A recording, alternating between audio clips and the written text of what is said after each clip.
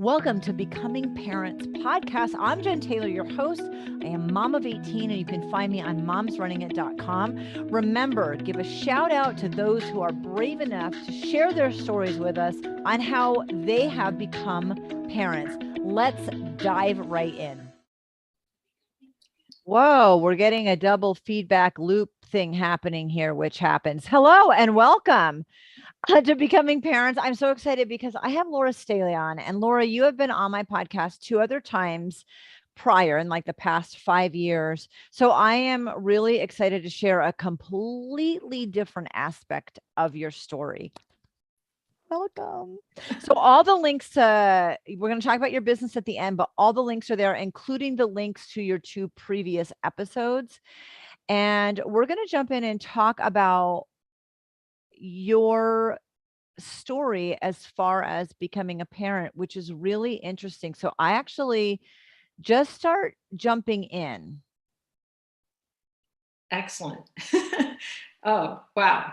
Well, okay. I'll take it all the way back. I always wanted to be a mom. I loved playing house as a little girl, just like the whole doll babies, the whole 9 yards. Fast forward to college, I'm in a sociology of women class, and it's all about that question on the table is, career, family. And even then I knew I knew I wanted to be a full-time parent, and it was a very unpopular choice. And in the small group discussion that, the professor divided us into these groups. And I just knew, even at that juncture, I was like, no, I really want to be, it's like a soul expression for me. And of course, the selling out, and you're selling out on whatever feminism was at that juncture. And I know it's changed even now, what that term means and all the different opinions about it. But I just knew in my heart and soul that I really wanted to be a parent. And I knew that I had a lot of work to do to parent in a really healthy and conscious way. Well, I was blessed to meet a man who was cool with me being a full-time parent. He'd be the income earner. And I had 2 really beautiful kids. I had my daughter in a hospital birth. I loved being pregnant. I loved being pregnant both times. It was the joy of my life. And I would also say it was the best thing that I ever did with my life. And then I consciously chose a home birth for my son, because in part because of many, many glitches that happened. I went in with a birth plan, heard from a nurse that the nurses sit around and at that hospital and read mothers' birth plans and laugh, right? And I was like, wow, okay. Non-supportive environment. And there were things, it was a beautiful birth. I have a healthy daughter, but there were things about it. There was a lot, there was the nurse that would come in, and because I wanted to, breastfeed and share the bed and, kind of that bonding with my daughter. And there was the nurse that would come in and yell at me. And then there was the nurse that would come in and be so supportive. Like it was like that kind of crazy. Oh my God, it was so crazy. It was so crazy. So yeah, it wasn't an optimal experience. So I learned about that there were midwives in the area, kind of connected with the Latch League. I didn't become a member of the Latch League, but I was in that community of supportive women and mothers, and I really opened myself, and I had such a healthy pregnancy with my daughter, and I was not at risk. And so the second time around, I was like, wow, I'm going this path. And I will tell you, Jen, it was so incredibly empowering. I did all the research. I had my backup plan. I did all the steps, and ended up having just a really beautiful home birth with my son. My daughter got to be involved. As her dad said, she cooed as Matthew was coming into the world. He was holding our daughter in his arms, and I had my support person, because she got woken up by my by my loud noises. But we had prepared her. We had been reading to her all along. She had been included in the appointments with the midwives. It was kind of like a family thing. And the other model was I was an individual in a system where they just put different people in. So the OB that I had been working with, this is back to the hospital birth with my daughter, he was on vacation when I gave birth, right? And so this they literally had to drag some doctor who was an unknown, the nurses, because they were like, wow, 30 minutes, this baby's coming into the world. And they had, the hospital requirements are a doctor, an MD has to be in the room to deliver the baby or catch the baby or, that whole thing. And so that individual was a complete stranger. And then the next day, this lovely woman came in and she was talking to me and I was like, who are you? I mean, I literally didn't know. Well, she was with the practice and she wasn't particularly kind at all, and I'm kind of in the euphoria and the overwhelm of this brand new baby being a brand new mom. And it was so impersonal. And yet, the flip side, the contrast was, it was a family event, and I felt completely supported. The midwives who began working with me during my pregnancy were the same people that showed up in our home, as well as my support person, who was a very close friend, who has since passed a few years ago, unfortunately, from cancer. But she was there to support my daughter. And, if she woke up or got scared, she was reading to her. And then she asked to come downstairs. So she brought her downstairs, and then she got to be with her dad. It was an amazing experience. It was just a beautiful experience, Jen. And I have so crazy because my hospital birth was actually super positive, and I transferred from a birth center to the hospital. And the only reason I had the same OB that I met, I showed up and they admitted me, and the OB that was on staff, I happened to deliver before he got off his shift. And that was the only reason. But the influx of nurses, like everybody else, and the differences in personalities and expectations. I mean, when you're a woman giving birth, you should be focusing on giving birth. And all of that is so hard. And you feel more like, I mean, in my opinion, so let me know if you feel the same way. You feel like a number, and you're just part of this conveyor belt, right? Of giving birth. You're at this point and this point, and this person's further ahead. And mine was a really great hospital experience. And yours wasn't an awful hospital experience, but for a lot of women, once you get past the fear of birth and what is this going to be like? And it's scary. Once you do it, you're like, I got this. I'm good. Let's cut out all these other people. And man, it is amazing that the same people that you see during your pregnancy are the same people at the delivery. And although I had a male and I have had no issue with him, even a woman who hasn't given birth, there was an apprentice who hadn't given birth, who came with the midwives, and she was apprenticing, and she said something to me, and I'm like, you have no idea what you're talking about. You have no idea, you need to shut your mouth. You can't tell me, I know this is hard, we're just going to move through it. No, you don't know this is hard. And so there's not that I want to discourage women who haven't had a baby to be midwives. You can be really, really good midwives. There's a difference, I think, in how you have to phrase things, because you haven't actually been in that seat. If that makes sense? Oh, it totally makes sense. It totally makes sense. Tell me about your daughter too. She struggled to latch on, didn't gain weight, and it was really scary. And you were committed to breastfeeding. And tell me what year this was, because breastfeeding, right, knowledge has changed. Yeah, right. And so 1995. Okay. And she struggled. Well, they kept taking her away from me in the hospital. So what a lactation specialist suspects is, sugar water or whatever, right? But she was sleepy and not, and yet I was so committed. So I got connected, thank goodness, with a very gifted lactation specialist who worked with me and my daughter. And then I did the whole supplement. I got the finger feeder, which was really great. So I was pumping my breast, but of course there's that point of, where it just levels out. And I needed to supplement, and it was really emotional. It was very scary. It was really hard, but I was fierce.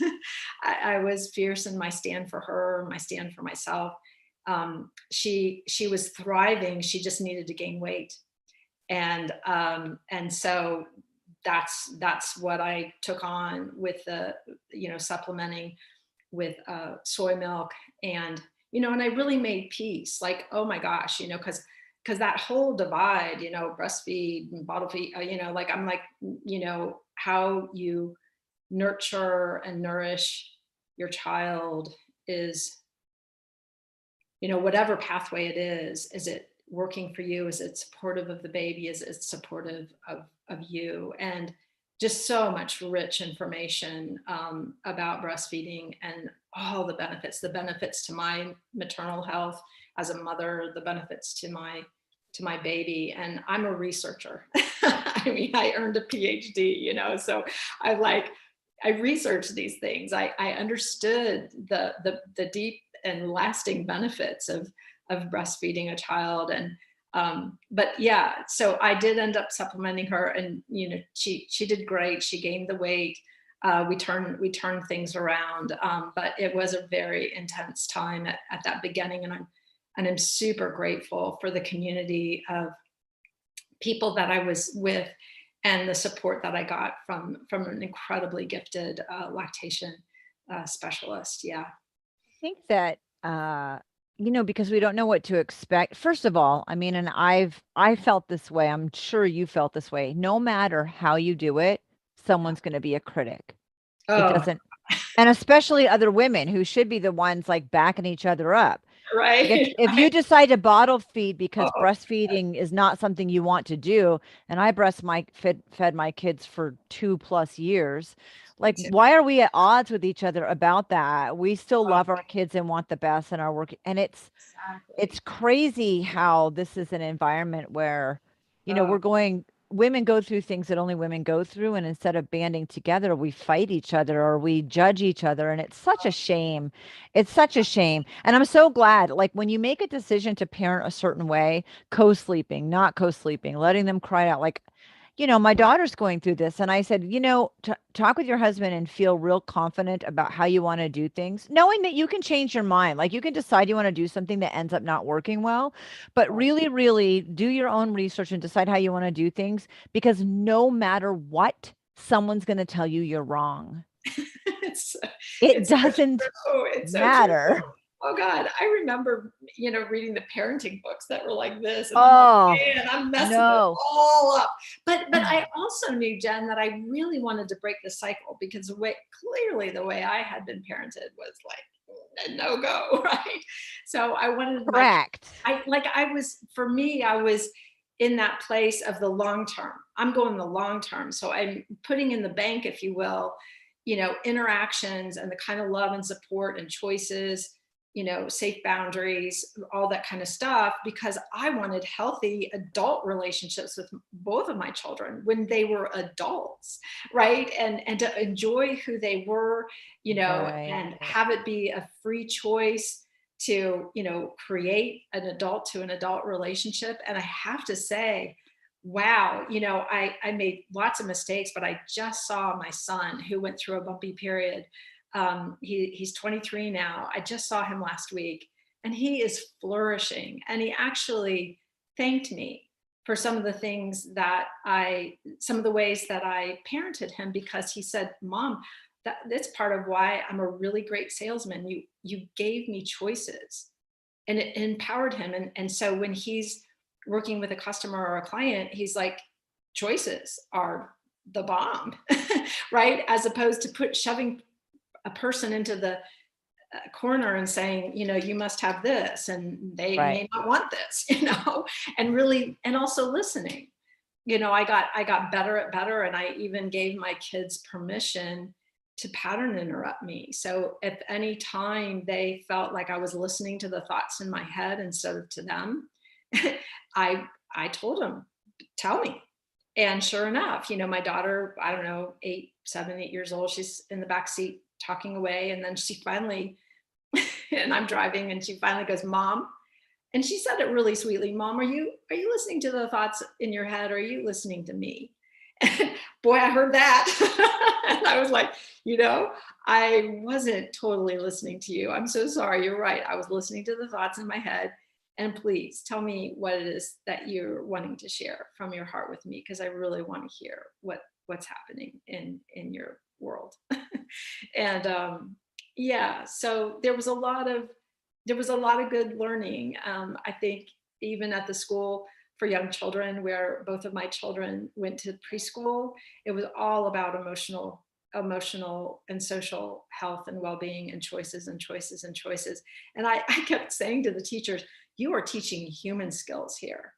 Yeah. I mean, all the stuff that's coming out now about emotional intelligence and ways to communicate, I'm like, oh my gosh, because, the school was all about, you can be angry, but you can't bite somebody or hit somebody, and as soon as it was like, stop.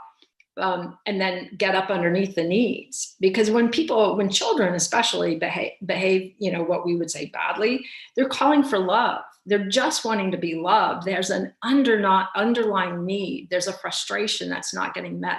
Their words aren't being understood. The desire to, interact with a toy for as long as they want isn't happening, and I so remember this whole taking turns thing, just to use that as an example. The teachers would be, okay, you're an adult and you're sitting reading a book, and you're so engrossed in the book, and somebody comes along and yanks it out of your hands and says, you're done with your turn. The book goes to Sammy now. And I was like, so one of the ideas they had was allow the child to interact, make a list of who's next on the waiting list, right? Because it was teaching the children emotional control, like delayed gratification, but then redirecting to all the other choices that they had. So if they wanted to be on the swing, that's great. Here's the list of kids, but Johnny's going to swing as long as he wants to swing. And I know these are like maybe outlandish ideas to some people, but when you really think about it, if you have the full opportunity just to land in the experience of being on a swing without it being interrupted, just to use that as an example, wow, you get that need filled, right? And then you jump off the swing and the next child can come on. And by that point, maybe they're interested and maybe they're not, because they've got it all involved in some other activity in a whole other area, right? So to know that you have choices and you don't have to stay attached to this one is so freeing. And then for the child who's engrossed in that with that object, they can deepen their experience of it and then let it go when they're ready. Just like as an adult, how good it feels to set down the book when I've come to the end or to the end of a chapter, right? Yeah. Yeah. Anyway, they were just. I love that. I love that you jumped into parenting. I think that that's really important. Also, I don't know if that was about this conversation, but yeah. No, it was good. Now, your second child was a boy, and you said something interesting in the show notes that you intuitively knew the gender. Man, I didn't. I didn't find out ahead of time, and I did not know the gender. I didn't even I thought it was a boy the last every single one of them, and I gave birth to 4 girls, so I had no idea. But your second, let's talk a little bit about going from a hospital to a home birth. Yeah. And that was great. You already talked about the midwife. It's the same people that are on the whole time. I think it's important to discuss the backup plan, the EMTs, because I had home births also, and it's not like a wing it. The midwives are going to come over and it's going to be all fun. I definitely had a backup plan. So I'm guessing you did too, because you mentioned it. Oh, absolutely. Well, it was kind of required. Yeah, my Yeah, midwives so required it. it was great. I called and had conversations with the EMT and then had a document that had all the places, the hospital that I Yep. wanted to be transferred to, the doctor that I wanted to be, called to that hospital. He agreed to be that person on call during Okay. birth. And I found out all about all the equipment that's in the ambulance. I mean, it was fascinating, honestly. Yes. It was so cool. And again, I felt so empowered instead of kind of being la la la la. I don't know. I don't know. No, I knew what to, if it had to go that path, I knew what to expect and I knew I had choice. And again, so much of the experience was continuity of care and agency. I felt empowered as a woman having birth. Like I wasn't just like la di da, whatever other people want to do is okay with me. It was like, no, I have choice. I'm having a beautifully healthy pregnancy, and I've done my research. I'm intelligent. I and then it allowed me to know what to expect. And having had my daughter already, I knew my body, right? I knew I could do it. I knew I was super healthy. I knew I was powerful and strong, and I was taking really good care of myself. I also did the research to know that the real difference is prenatal care in birth outcome, right? Because if you're eating really nutritious food, you're taking your prenatal vitamins and hydrating and exercising, working to keep yourself as stress free as possible. I mean, I know that's kind of like impossible, but to put yourself in situations where you're relaxed and nourished and nourished heart, soul, mind, and body, as you're traveling through that pregnancy, and that you're making really good choices about what's going into your body and the people that you're surrounded with. And again, that's this sense of empowerment. Like I can choose who I hang out with. And if there are people that are squirrely, that really, really are difficult and stress me out, man, shorten the time is what I did, really shorten the time with those difficult people, or alternatively just go, yeah, I think this is a relationship that just, needs to fall away. And that's okay, because my life is on this trajectory. Yep. And I get to create, a womb for me, right? So there's the womb that I have for this baby that's growing inside of me, but what about the womb that I'm creating outside of me, and to have it be sacred? I found I had very little tolerance for some of the same things, like not relationships that aren't ideal. Although, I mean, that's not set in stone. Now you're perfect at eliminating all relationships that aren't positive, because I think that's an ongoing balancing act, especially with family members. But I know when I gave birth to my first daughter, I lost a lot of respect for situations that I had been in my life previously, or people and the way they treated you. I think it completely changes who you are and where your focus is, for sure. Oh, 100%. Well, and keep in mind that, that at the time that I chose to be a full-time mom, I can't, I mean, I had to seek out the women who chose to be full-time parents at that juncture. And then men started becoming full-time parents because, and then again, we were back in that criticism, and it was so hard, because I wasn't dissing any of the women who chose, 2 weeks and they were, back to working outside of the home, because trust me, being a parent is the most challenging work I have ever done in my whole life, and is completely undervalued, but that's a whole other conversation. Yes. Amen to that, though. Yes.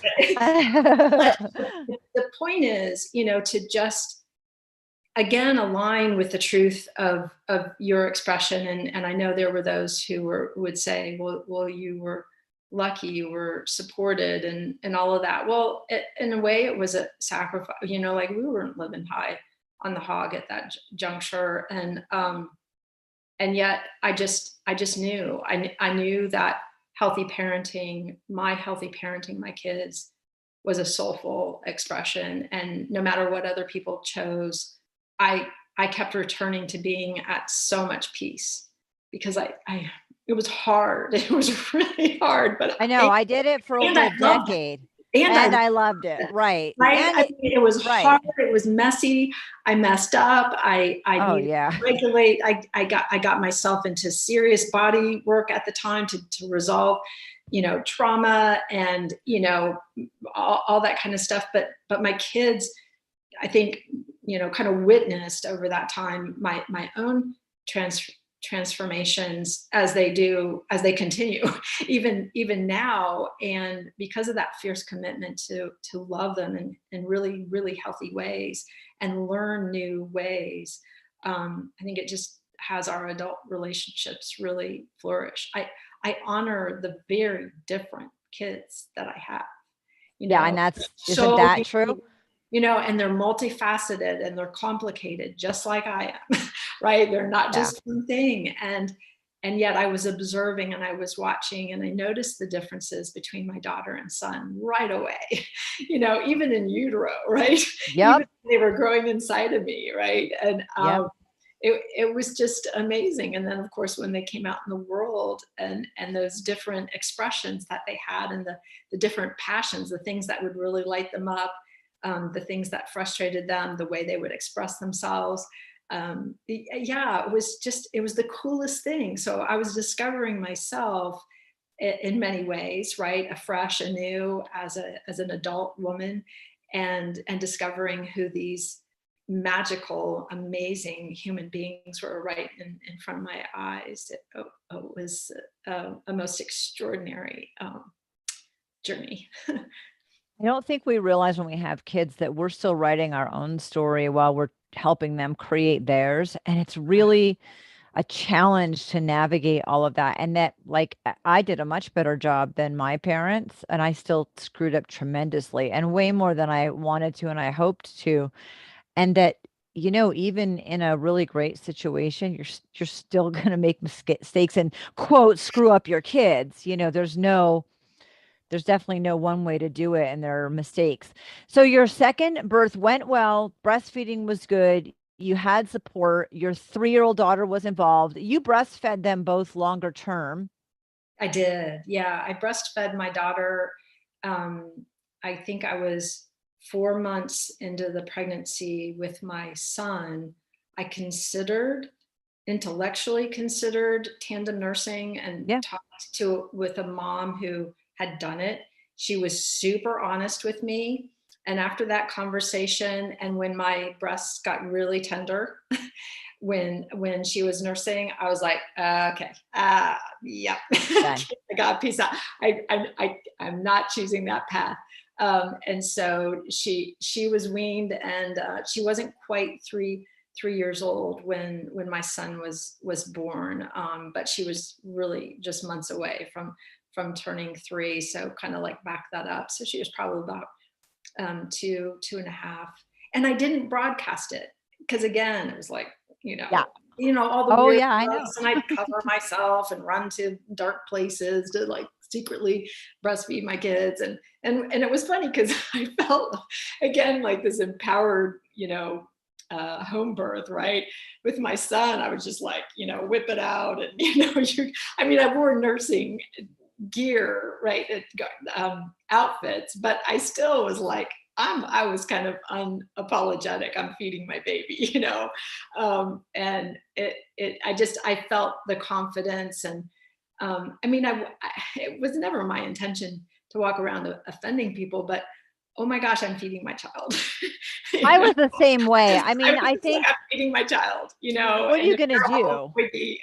And I'm not exposing my breast. I'm feeding my child. I was the same way. And most people didn't know.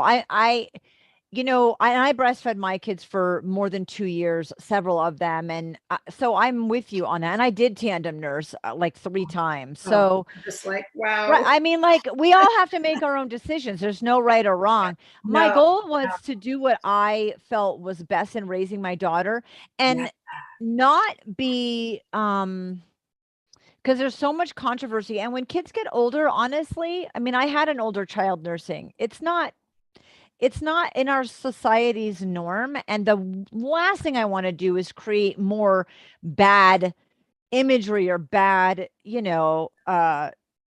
I don't know, exposure for breastfeeding. You want to do it positively. So my goal was always to do what I needed to do in a more conservative manner. I wasn't necessarily hiding in stalls, but I also was never advertising it. And most people just didn't even know that's what was happening.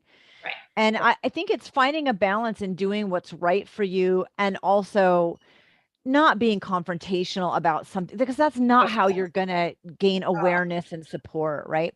I Oh, want to, I absolutely. love your story. This has been great. It's gone all over the place. I I know. want you to, it's good. Isn't that what it's like? And Yeah. your kids are adults now. And I'm glad you touched on that in your relationship. I want you to end. We have all of the places that people can find you in the show notes. I want you to end just explaining briefly what you do and how people can hire you. Oh, absolutely. So I am founder of Cherish Your World. So I passionately support people thriving in their physical space and in their lives. So I'm a certified feng shui consultant. So I really am about, falling in love with your space and falling in love with your life. So, you know, guiding people to that awareness that your house, your physical spaces that you're moving through, your office where you work are impacting the quality of your life and how you can declutter and rearrange those spaces to really be supportive of who you are.